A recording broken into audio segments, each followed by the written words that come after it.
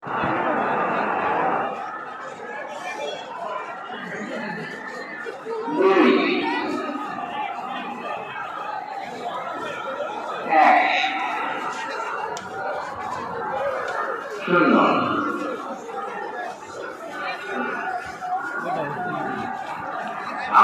ভাইরা ইমান হলো সফলতার মাত্রাটি, এই ইমান হলো বিজয়ের সর্বশ্রেষ্ঠ। ইসলামের বিজয় আমরা বাংলাদেশের চাই কি চাই না?